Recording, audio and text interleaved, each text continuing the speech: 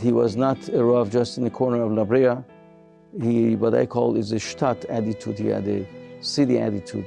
And when the opportunity arose, he showed that he not only cared about for immediate Kehila, he also cared for the city.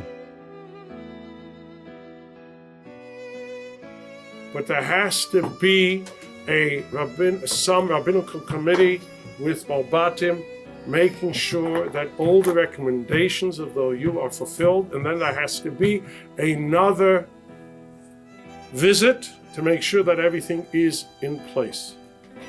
Till that happens, we cannot rely on that hechsher. The VAD started for one reason, to help enhance Kashrus, because there were difficulties and there are difficulties. When I first approached him and a few other Rabbonim, he was one of the few that really wanted to be involved, not only as a rabbi, as an endorsing rabbi. He was one of the few that wanted to be involved on a daily basis, on the basis of actually, what can I do? How can I help? Where can I do something that will enhance Kashrus in the city? The Kashrus of the city was upgraded for many different reasons. One of them was, first of all, that when you have somebody looking over your shoulder, everybody does a better job. There's things that the person misses. We're all human, we're all basar v'dam. But the fact that we had a second pair of eyes looking at everything. Sometimes we had, multiple second pairs of eyes going into different places. So each person could pick up on something that the other person would miss. Soon after the Doheny episode, about 2013, although initially, and I would say in all fairness, rightly, he sent out an email that until things are straightened out, one should refrain from using meat sources that may have been contaminated with that episode. But once the RCC was reviewed by the OU, Rabbi Luban visited us 4 times, made recommendations. All the recommendations were implemented. He issued a letter of affirmation that everything is up to par. Then he became an active personality to actually try to help and maintain the higher standards.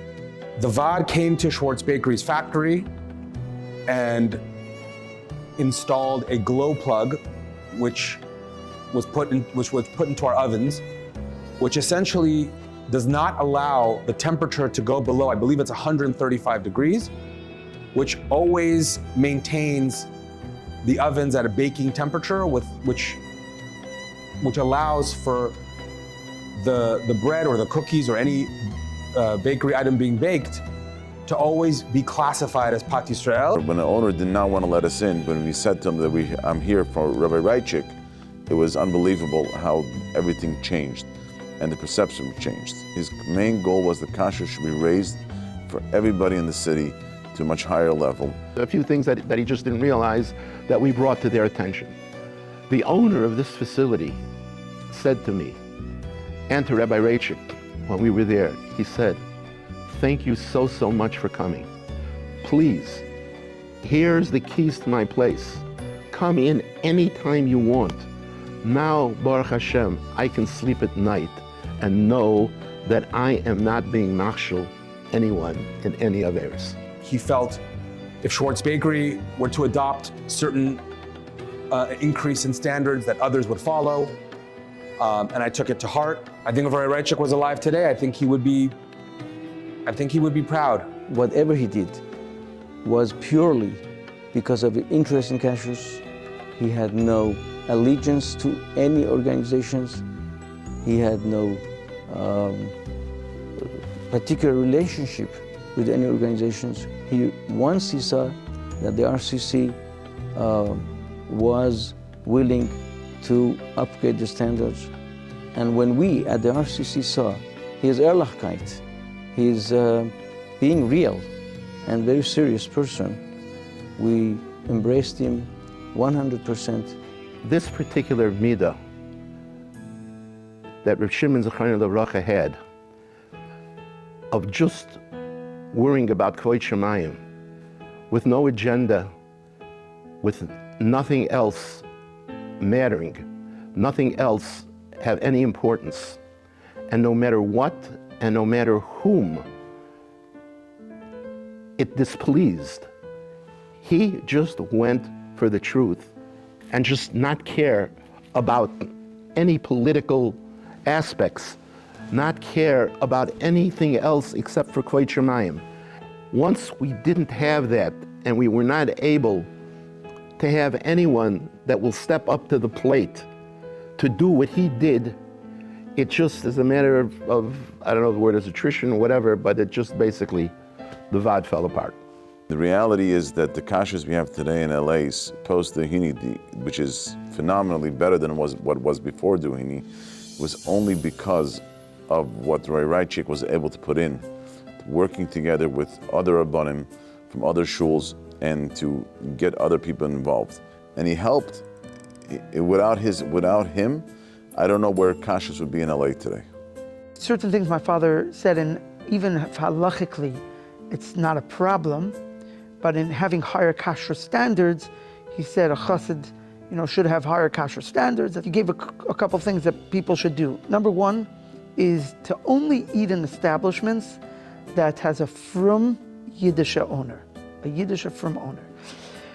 Because he said he's heard from kashrus agencies and people involved in kashrus that most of the issues are either with a goyish owner or an am-frum owner, because they're kosher only as a business aspect, but not that they feel for it necessarily. And therefore, you want to have somebody that feels for kashrus as the owner of the place. So even if has a good hechsher and there's a mashgiach and everything, but one should only eat in a place as a frum Yiddish owner. That's one. Another thing is he wanted that there should always be on site a frum Yid.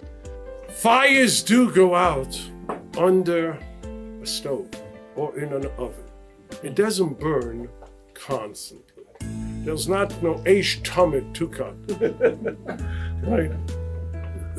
There is no there's a constant fire burning. So in many of these restaurants, it's very possible that the fire goes out. If there's a fumihid over there, and the guy has a sign, and he's told you're not allowed to touch the fire. So the guy tells the mashgiach, mashgiach will go and open. If you go to a place where you can't find a mashgiach, or the owner is upstairs or somewhere in an office, now if the fire goes out, who's going to open up the fire? He's going to run around to look for the yid. So it could be bishmak.